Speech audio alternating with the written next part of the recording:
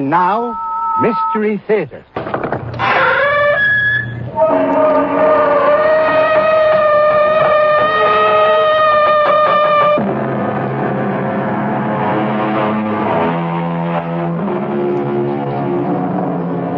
Come in. Welcome. I'm E.G. Marshall. Lend me your fears. It happens now and then that a man will vanish without warning, disappear completely, without leaving a trace. Or a man will suddenly lose his memory. His body remains, but his mind has gone. What is essential in him leaves us, and we are left perplexed, mystified, frustrated. All we have to go on is rumor, speculation, theory. And since we cannot explain it, after a while, we tend to stop thinking about it. Until it happens again. To somebody else. You're back. Oh, my husband, you're back. What? You won't even embrace me. Who are you? Who am I? What kind of question is that? How can you say you're my wife? We've been married for more than 15 years. No, we haven't. What are you trying to say? I'm trying to say that I'm not your husband. You're not my wife. I don't even know you. What's more, I'm not even standing here. How can I be? I haven't even been born yet.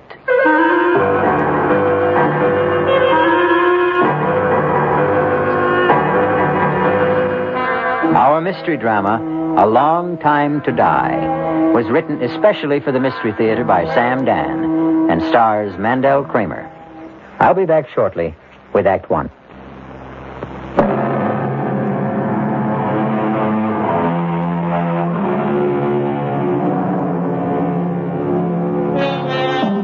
His name is Alfred Stewart Ainsley. He's 41 years old. Average height, average weight, average looks. Nothing about to make him memorable. Indeed, he has never in his life done anything to bring him notice from beyond the circle of his immediate family, his close friend, his rather esoteric profession. His name was in the newspaper twice. First when he was born, and then 30 years later when he was married. Right now, his name is on the front pages of newspapers in every country of the civilized world. Alfred Stewart Ainsley, quiet, unassuming, has it in his power to shake the government of the most important country in the world, and perhaps alter the very course of history. Alfred, do you want a drink of water? Water? Darling, I know this is difficult, but... Feel okay, Al? No, Jerry, he's not feeling okay. Can't you see there's obviously something wrong with him? Al, what is it? He's pale, he's sweating. Now, look, Al, you're not the one who's being investigated. If you're not feeling well, we can ask for a recess. The chairman's just come in. The committee stands in order. Mr. Ainsley, we will resume with your testimony. You are still under oath. I would like to continue along a line of questioning initiated by Senator Selby. Would you turn, please, to page 684? Read it out. Question. Is it possible that Congressman Carstairs could have forged the secretary's handwriting? Answer, Mr. Ainsley. Senator, I would have more examples of both gentlemen's manuscript. Mr. Ainsley, you were given these specimens to analyze overnight, were you not? Or were you not, Mr. Ainsley? Well, you took those samples. You examined them. Say yes. Yes. Very well. Now, are you in a better position to answer my question? Well, are you, sir? Al, you told me you had studied them and come to a conclusion. Al, answer Adam's question. Counselor, is Mr. Ainsley having trouble understanding the questions? No, sir. Mr. Ainsley, it's obvious that something is troubling you. Yes, sir. Well, then suppose we take a recess, give you a chance to rest. Committee will adjourn till 3:45.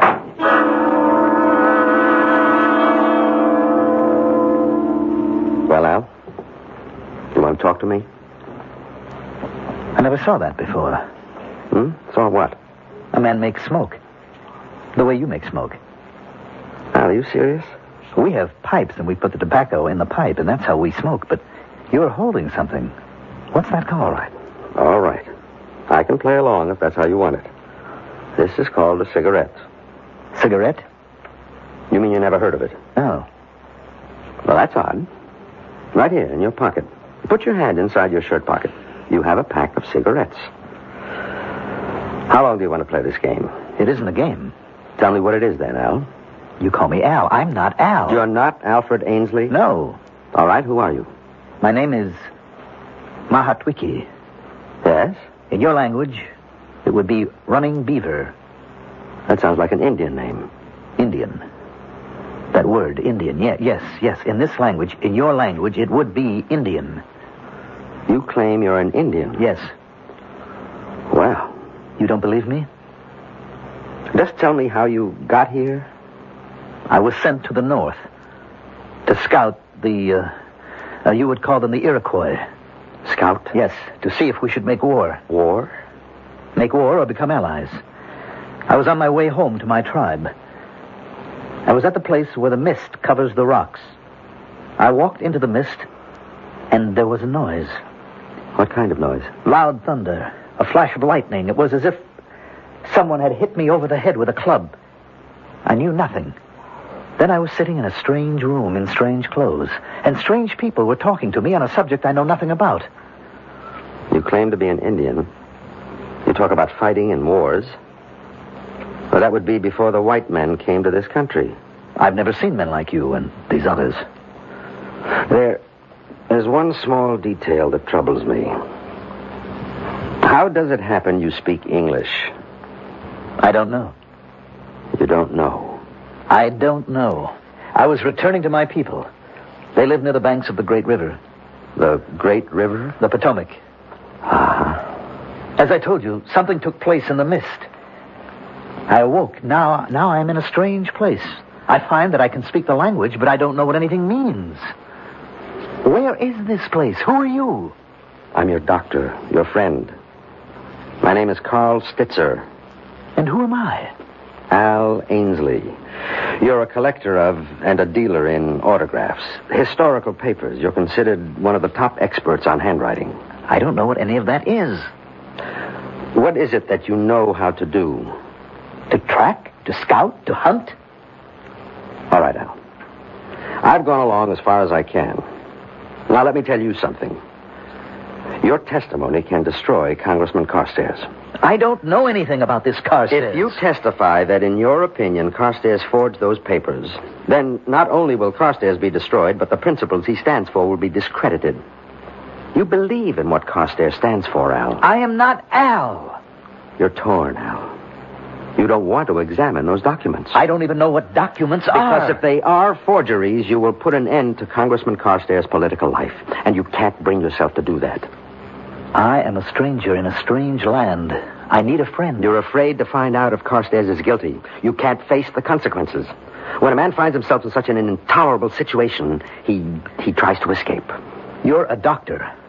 In my language, that means a medicine man, a magician. You've escaped to a remote past, to a long-gone, buried, forgotten world. You don't believe me. You don't believe me. Doctor, what is it? Think, Joan. Think carefully. How long have you and Al been married? 11 years. And how long had you known him before that?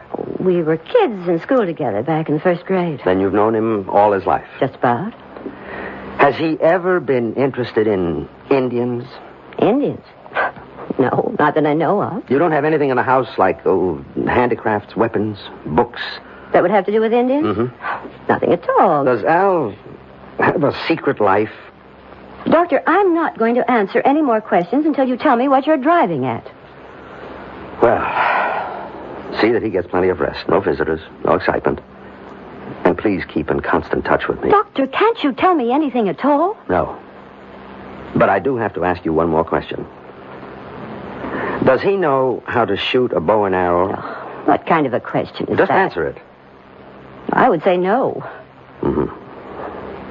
Well, maybe we better find out.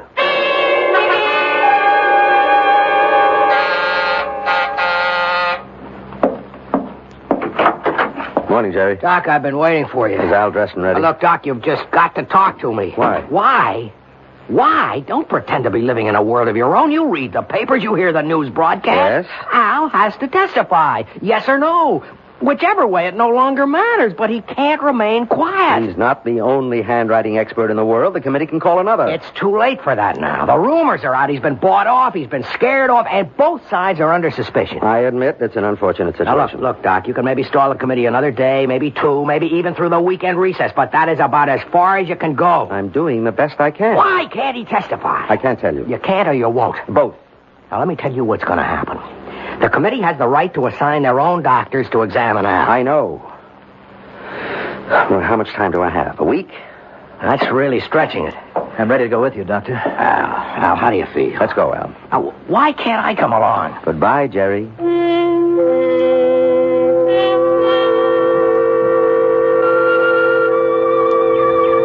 A fox has been by here. Is that so? Mm-hmm. You can see his tracks. Well, I can't. This valley looks familiar. And yet, so strange. Where are all the animals? There's no sign of deer or wolf. Where are the animals? If you really are running beaver, you wouldn't believe what's happened. Now, in this box is a bow. A bow? Yes, here's the bow, the strings, the arrows. I've never seen a bow like this one. How strong. And these arrows. I don't know the first thing about it. Is this mine? To keep? To be able to hunt with? Why don't you hit that oak tree? About 60 or 70 yards to the left. Well, that's no shot.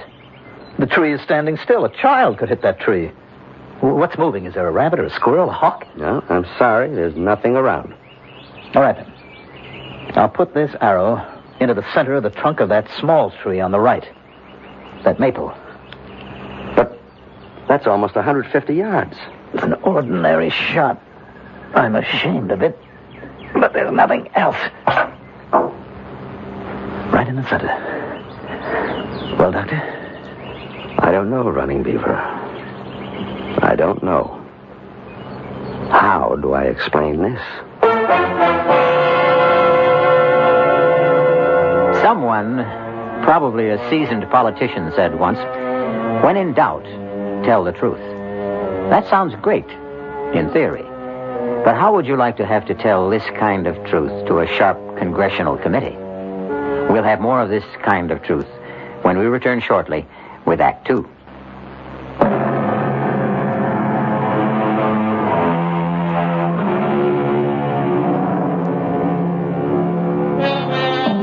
There's a beautiful stretch of countryside running along the boundaries of Washington, D.C. and Maryland. Hilly, wooded, charming. It's the site of many lovely homes. Some 500 years ago, it was just as hilly, just as charming, much more wooded, wilder, of course, filled with game, and inhabited by Indians. Running Beaver! Running Beaver, it's you! Stop! Huh? You're alive. For days, the council has been waiting for you, Running Beaver. The council? You're ill. You've just returned from a long, hard, dangerous journey. But you're the only one who could do it. Now, what bothers you, Running Beaver? You act as if you don't even know me. I'm your friend, your blood brother, Eagle Wing. Come, we must go to the council immediately.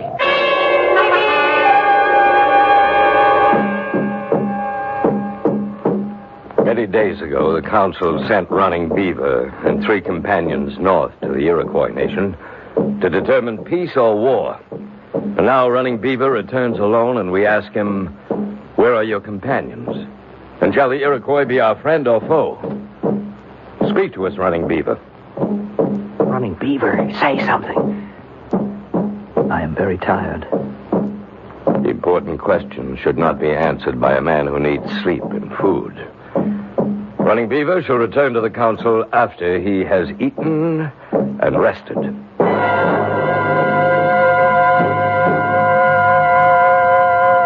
Sit, my husband. I have meat, corn. I was so frightened. So afraid the Iroquois would kill you. Sit, rest, and eat. Now, I will tell you the news about the boy. The boy? Our son. He's been chosen for the Wolf Society. You always wanted that. Your mother brought him this bearskin robe. You're not eating. It's not cooked. It's the way you like it. something wrong? You don't look right. Perhaps you'd better see the medicine man. The medicine man? Red Bear. He always liked you. There is something wrong. This is not like you. Not to be hungry, to be so quiet. You're frightened. Why are you frightened?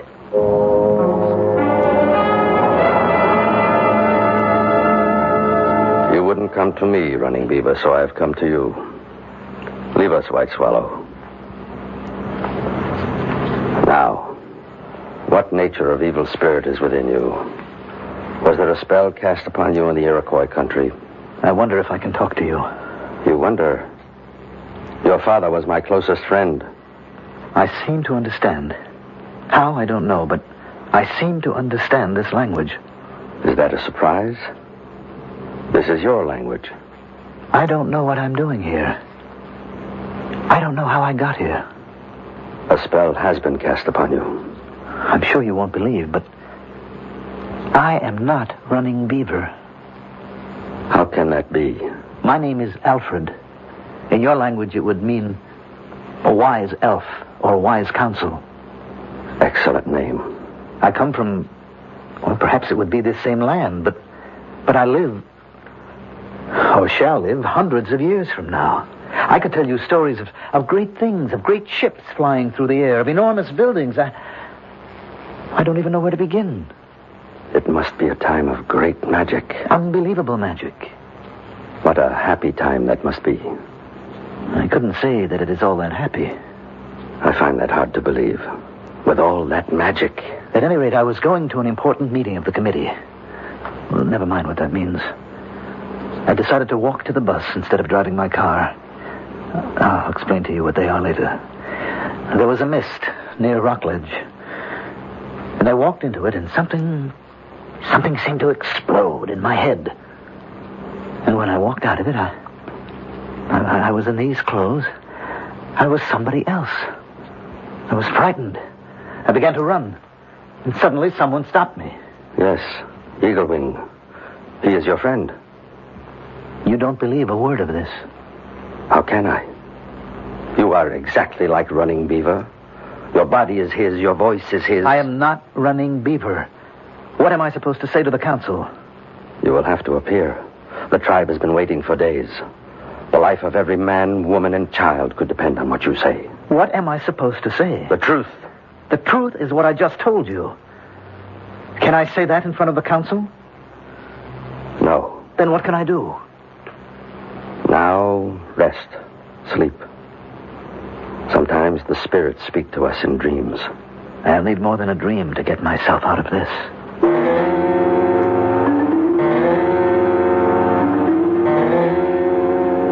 Running Beaver? My husband? Are you awake? Oh, what a dream. Joan, you'll never imagine. Oh, no, I'm still asleep. Running Beaver? Can you eat something now? Cold. Oh, here, wear this robe. Your mother made it. My mother? Please, can't you tell me what's wrong? Running Beaver, may I come in? Who's that? Your oldest friend. Do you mean you don't know Eaglewing's voice anymore? Running Beaver, you must come to the council at once. He's not well. I know he's not well, but there's trouble. Trouble? There's talk all over the village. Now, what happened to the 3 men who went with you to the Iroquois? Did you kill them? Kill them? How could he kill them? They were all his friends. What passed between you and the Iroquois chiefs? Running Beaver, you must tell him. I don't know. I don't know.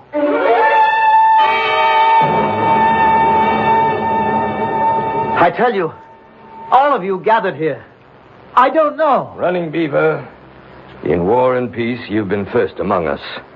We sent you as our ambassador to the Iroquois. We entrusted you with the lives of 3 of our bravest young men.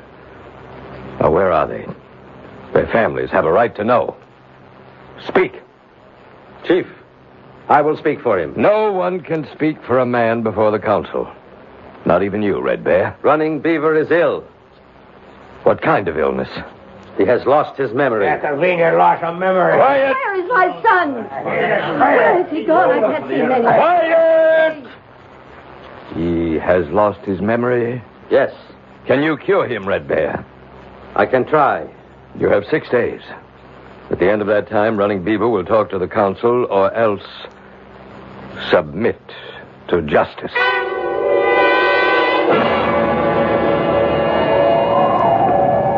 Why did we come out here? I'm so cold. Where is your knife, Running Beaver? Knife? Running Beaver always carries a knife. Well, I didn't think... Give him your knife, Eagle Wing. Why do I want a knife? Eagle Wing, attack him. Attack! But everyone knows Running Beaver can't be beaten with a knife. Let's make sure. I'll only do it if he keeps his knife in a sheath. Now, you know how excited he gets even when we fight in fun. Attack him, Eagle Wing. Have your knife at the ready, but Running Beaver. Look. Are you ready, Running Beaver? Now. What did you do that for? Did I catch you off guard? Look, I am trying to tell you people I am not... Eagle Wing, go back to the village. But I... Do as I tell you. I At was once. never able to do Go that. back to the village. Him. There is magic here. Yes, I'm going. What did I just see? You saw a man knock me down. You don't know how to fight with a knife anymore. When did I ever know how to fight with a knife? I can't believe it. I was just a quiet kid when I was in school. And I suppose you can't shoot with the bow. No. Or throw the lance. I'm trying to tell you I am not your Running Beaver. Then we have magic. Call it what you want. But we have trouble.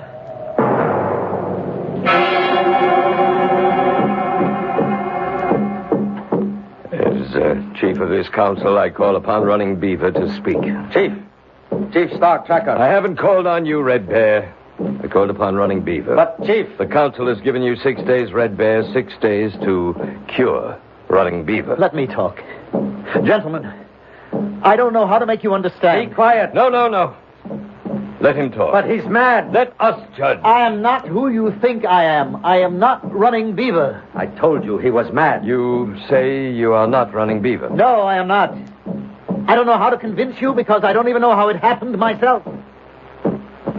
White Swallow, step forward. Yes? Is this man your husband? Yes. She really does... Silence! Why do you deny? Are you tired of me? Is there another woman? Oh, good Lord. You could have been living 500 years from now. You women never change. I thought you loved me. All of you, listen to me, please.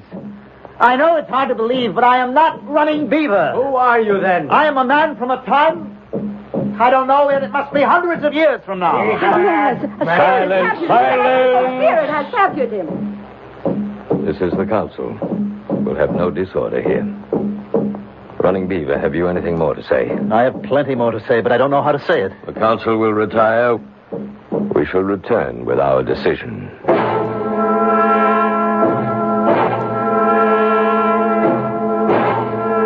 Red Bear, what are they going to do with me? Well, It's not good, is it? it will depend. Depend on what? Star Tracker is a devout believer in magic. I think he believes you. Well, then it can't be bad. But the people are angry, and 3 young men are missing. Probably dead. The people feel it's your fault. But Probably the council will declare that you have been possessed by an evil spirit. it's all nonsense. I'm sure you know what you think. But you asked me what I think. What will happen? The evil spirit will have to be driven out of you. How? Or shouldn't I ask? By fire. By lance. By arrows. You mean they'll kill me? That's how we drive out the evil spirit. Is there anything I can do, Red Bear? I don't know. But I'll try to think.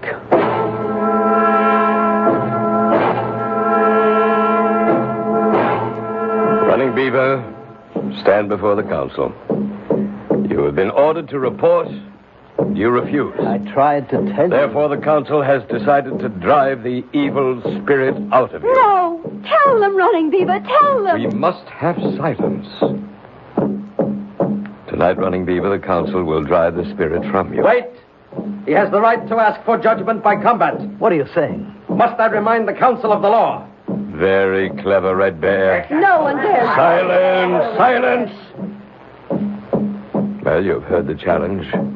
Who will fight Running Beaver? Your reputation has just saved you. No one will dare to meet you. No one? No one will accept the challenge? Are we a tribe of trembling women? Must I, at my age, save the honor of the people? I'll fight him. Eagle Wing, you're his best friend. No longer. After all, he denies he's running beaver, doesn't he? The council accepts the offer of Eagle Wing. May the one who is right win. Clear a space. Wait. The law says each contestant must fast and pray for 3 days. No, Silence! We shall obey the law. We shall meet again in 3 days. What did you get me into? I got you 3 days. What good will it do me? You could learn to fight with a knife. Well, you've been a quiet, unassuming handwriting analyst all your life. You've never so much as swatted a fly in anger. Now, suddenly, you have to fight to the death with knives, no less. And how is the other fellow doing? The one who has to face the congressional committee? We'll see how it all comes out when we return shortly with Act 3.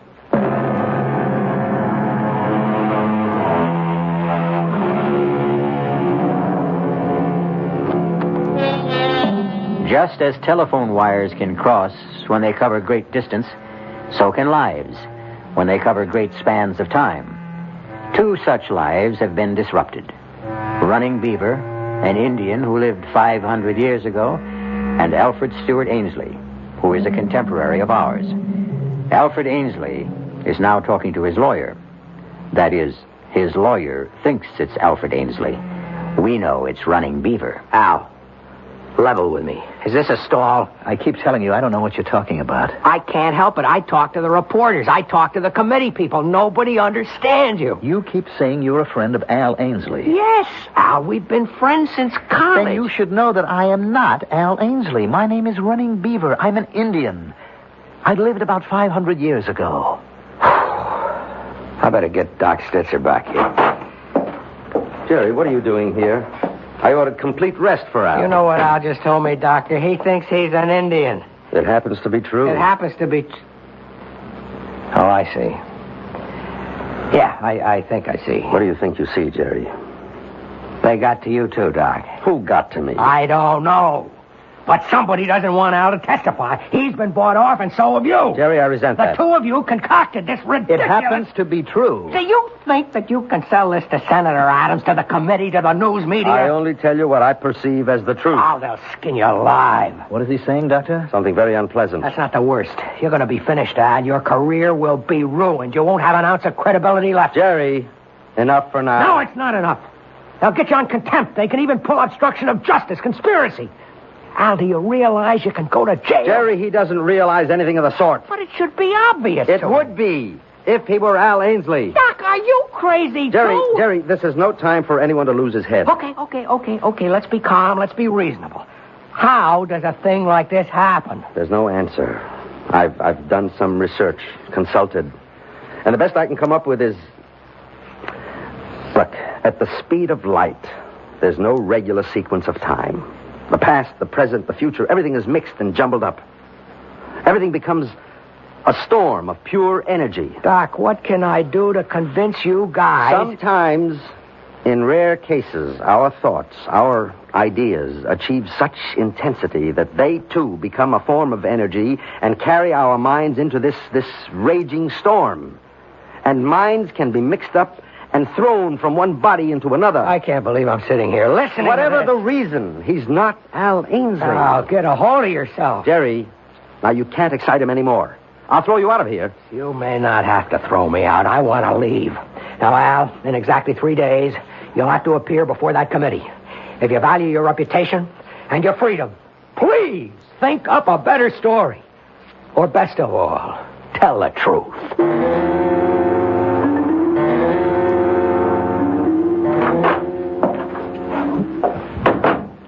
Are you awake, Al? I brought you some tea. This is the first chance I've had to talk with you. Darling, what is it? Are you my wife? I mean, his wife? What are you saying? I'm not your husband. Don't say that. It's true. I know you, darling. I've known you all my life. Who knows you better than I do? I am not Al Ainsley. There's someone else, isn't there? Another woman. Please. I knew you were timid, but I didn't think you'd go this far. I have a wife. What? Her name is White Swallow. And we have a son. Al, I don't know what your game is, but you won't get away with it.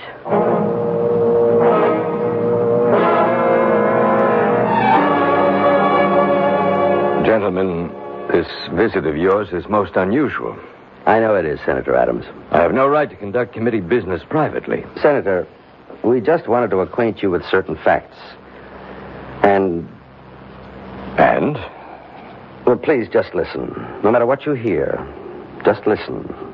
Then use your own judgment. Go ahead, Al. Senator, I am not Alfred Stewart Ainsley. You're not. I am running bear. I am a Potomac Indian. But this is most unusual. Dr. Stitzer and I, we believe that I lived 500 years ago. Somehow, I have occupied the body of Mr. Ainsley. But though I have his body, I have none of his skills. And that's all. And this is what you want me to believe, hmm? It's the truth, Senator. You'll be at the committee hearings on Monday morning. Senator, didn't you hear... Doctor, I don't believe a word of it.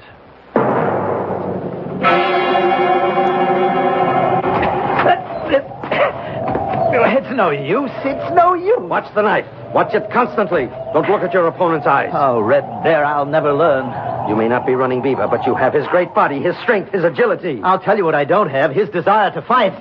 Are you a coward? No, I just don't believe in violence. Strange. I can't kill anybody.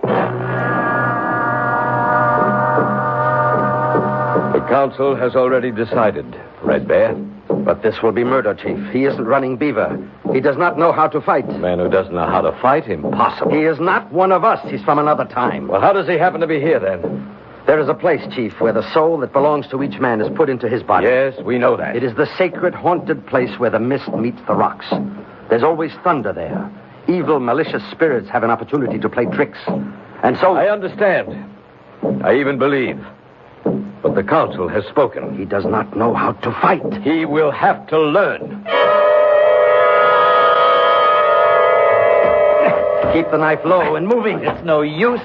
I just can't kill anybody. Even to save your own life. Suppose I kill Eagle Wing tomorrow, then what? At least you'll be alive. To do what? To live out my life here in an alien place doing things that I hate? Fighting, hunting, killing? No, I'm better off dead. You'll have to testify before the committee. I can't. You'll be ruined. Well, if that's the only way... Relax. Think. Don't fight against Alfred Ainsley. Accept him. Let his thoughts flow into your brain. Let his knowledge come to you. Why? So you can get past the committee. And then? What do you mean, then? Then what will I do? Live here as Al Ainsley, away from my wife, my son, my friends, my people? Never to hunt, never to fight? To exist in this strange and terrible world, a place I can neither understand nor accept? No. Rather let me be disgraced. Why do you want to be disgraced? So I can die of shame.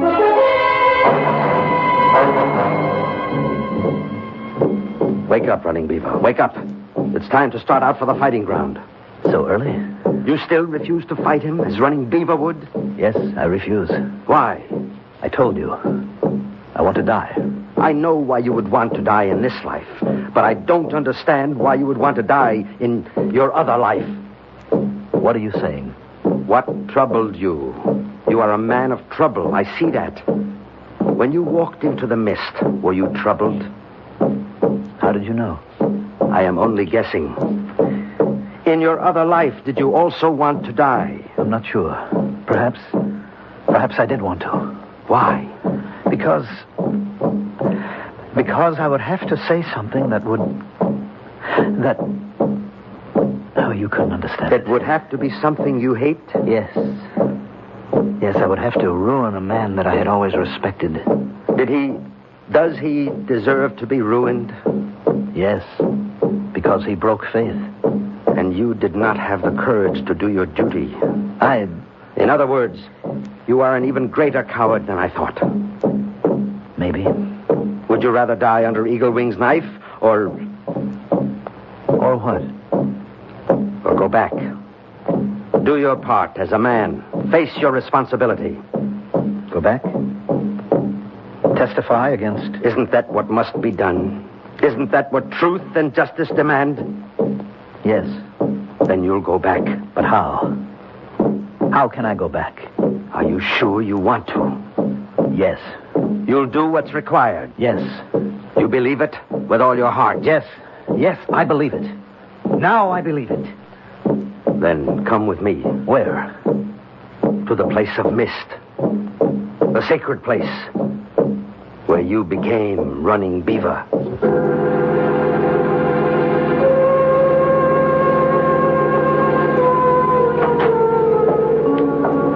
Time to be leaving for the committee meeting. I'm ready. I decided to go with you. Let's get it over with. Tell me, something bothers me. It bothered me that first day when I thought that you had willed yourself into amnesia. I can see how Al Ainsley could have found life intolerable. But you're not Al Ainsley. No. Therefore, my diagnosis was wrong. I don't think I understand. Why was life also intolerable for Running Beaver? Why were you trying to escape as Running Beaver? To escape? What was tormenting you? How did you know? Did I guess right? Yes. From what were you trying to escape? I had gone with 3 others to the Iroquois as an ambassador. The Iroquois promised peace.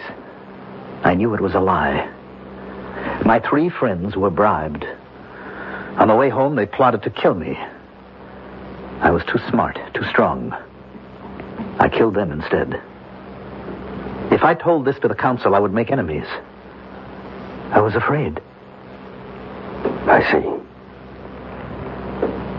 Would you rather die like a man among your own people, if indeed you must die at all, or would you rather die of shame here among strangers? I am wiser now, but it's too late.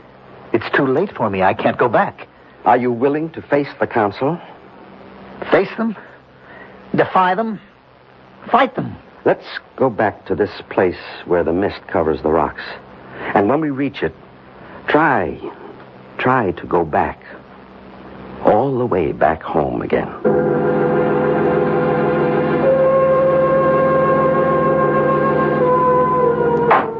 The committee will stand in order.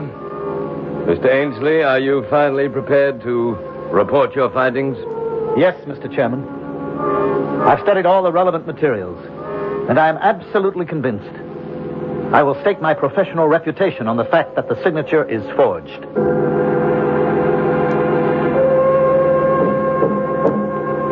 I say this to the council.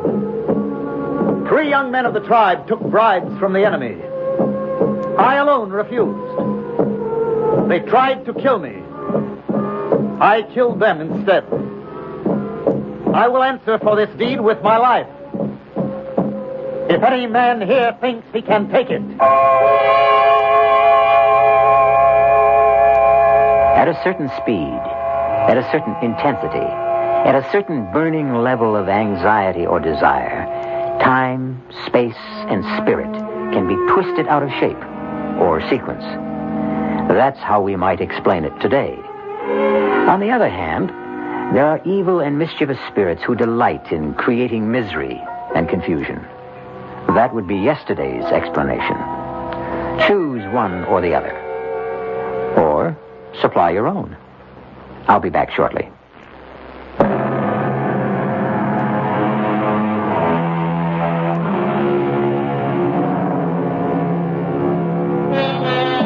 And what's the moral of our little tale?